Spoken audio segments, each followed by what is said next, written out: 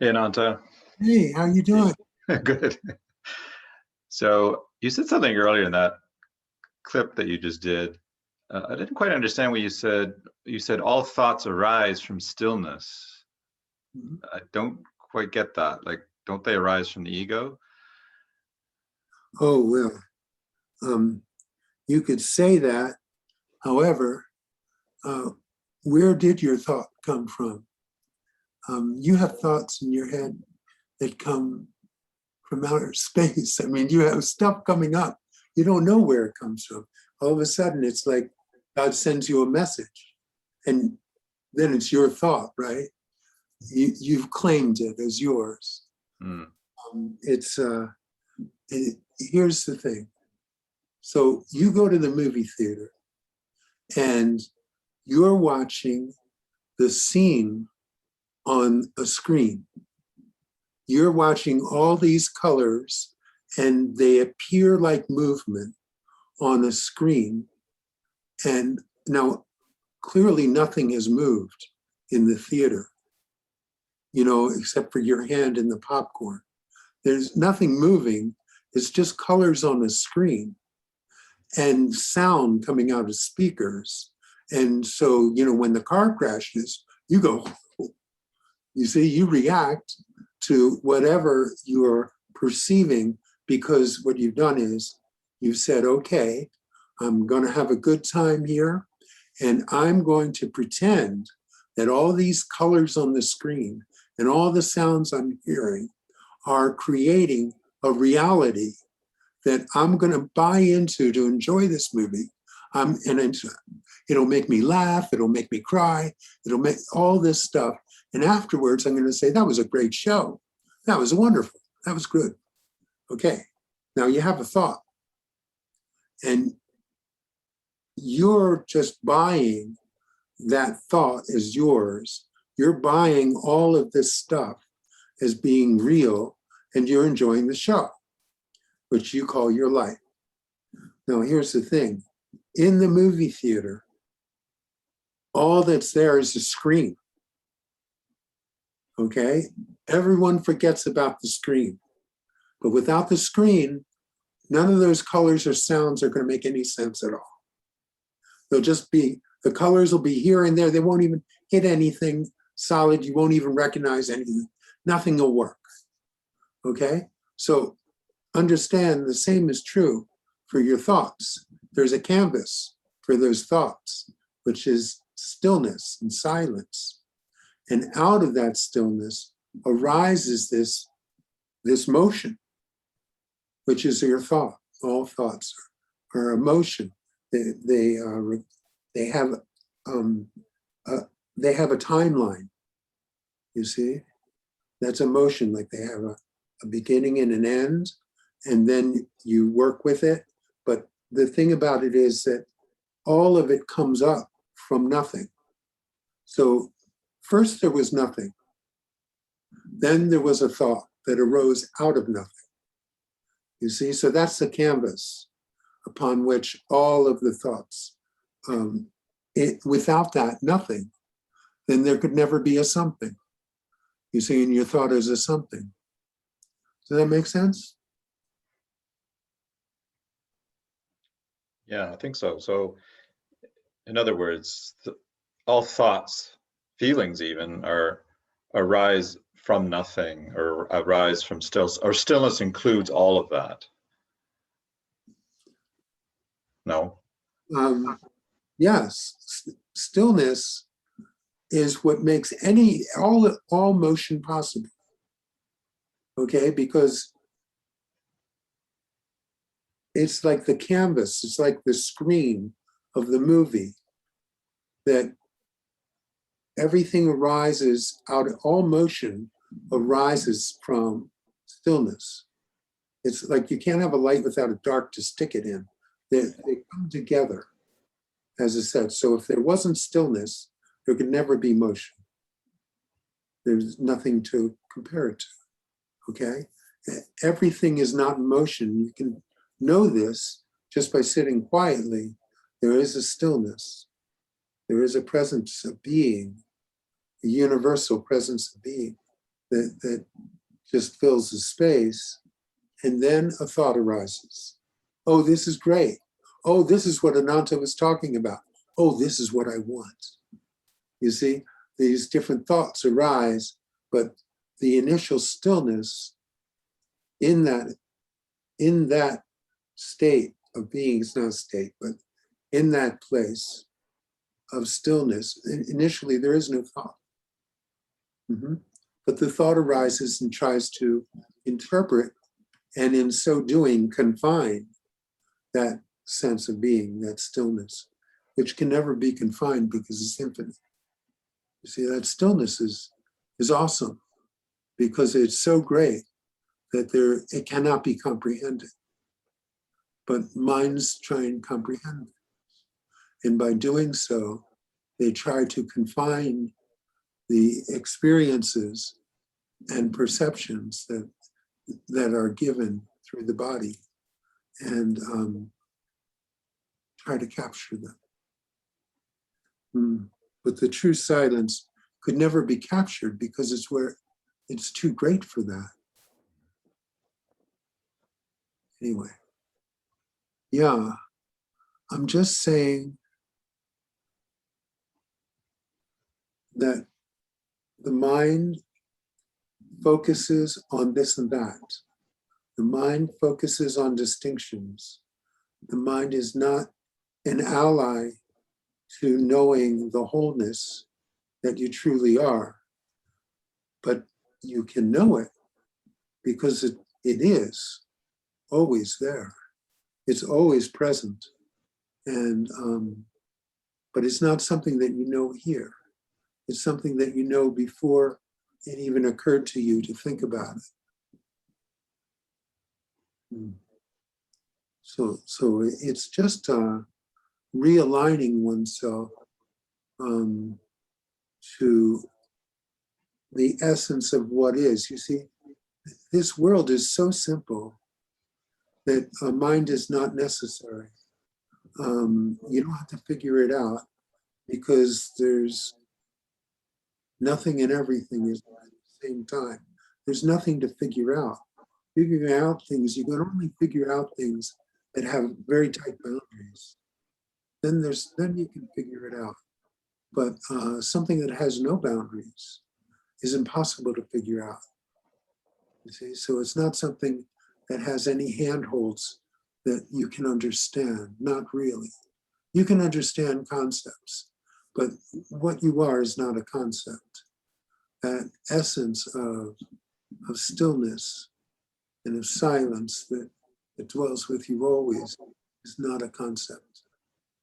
So anyway, did that help at all? Yeah, so are you saying then, so if a thought or feeling arises, and if you're saying it arises from stillness, if it's only if we take ownership of it, then are we in duality? Well, is that right? That is, I believe that's correct. If, thoughts come and go, and they have their own pattern and their own way of being, and really, if it's simply watched, and if no one connects with it personally, you see, then they're just a part of what is, and they don't have that impact of drawing you in to constriction. You see, so okay, so in my life, I have the same kind of thoughts that everyone else has. But no one cares, and no one feels linked to them. They just go on, you see, and so there's never that extension of a thought that says, I am having this thought. This is my thought. This is what I think. This is what I believe. This is what I want. You see? Now, the same thought might go on. It seems like that, but since no one's connecting with it, it's just a thought that goes on. Nobody cares. Nobody gets involved. You see? So there's no stickiness and there's no strings attached. The thoughts come, the thoughts go. Just like in meditation. You sit in meditation, thoughts come, thoughts go. You don't get involved. And they just come and they go, and you're fine. And so extend that meditation to daily life. Same exact thing. The thoughts come, the thoughts go. No one gets involved. No one grabs onto it. They come and they go. And because it's your daily life, maybe more thoughts are required than when you're just sitting quietly. Fine. So, but it's just exactly the same as meditation. They come and they go, and no one grabs onto them. No one feels personally about anything. You see, this life is no longer taken personally, and stuff just comes and goes. And it's just a constant flow, and you're just watching it, just like in meditation. But, of course, if you're not sitting quietly, if you're driving your car, or if you're doing your work, or paying your taxes, there's more thoughts that need to be paid some attention. But the person paying attention is not giving them any quality of reality, of a sense of me, because that sense of me just doesn't play. It doesn't play at all, because in that stillness and silence, there's something much, much more awesome and intense and absorbing than any me thing could possibly be. So no one gets involved. Everything just goes on, and that sense that you have of any ownership or belief or all of these personal things that people attach to thoughts and feelings and perceptions, that isn't present. That's the only thing. So basically, it's just like meditating 724. 724, that's all. So thoughts come and go, stuff happens. Life is just a bunch of stuff that happens, and no one's involved with it. And no one thinks it's their life. It's just life. It's just going on. So that's how it is. You see, the mind, when you're involved with it, it's like this and that, this and that, this and that, this and that. It's always like, don't, like, do, boom, boom. And everything's moving around, and the mind's got an opinion about all of it. And the mind wants, and the mind doesn't want, and the mind likes, doesn't like, and it goes on, dun, dun, dun, dun, dun. It's just like a personal Facebook.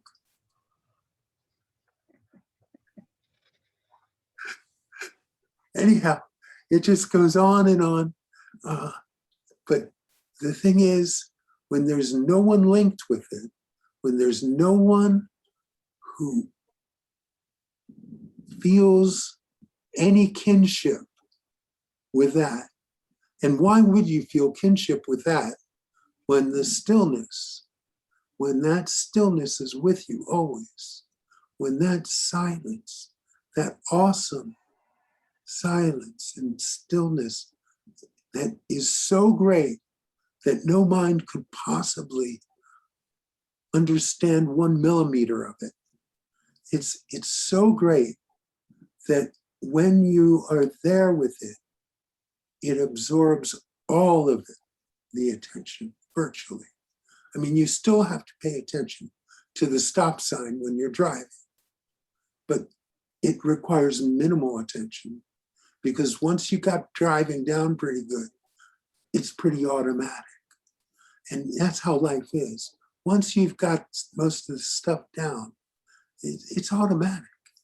It doesn't require much from you. So basically, you just sit in that sense of that awesome sense of being, you see.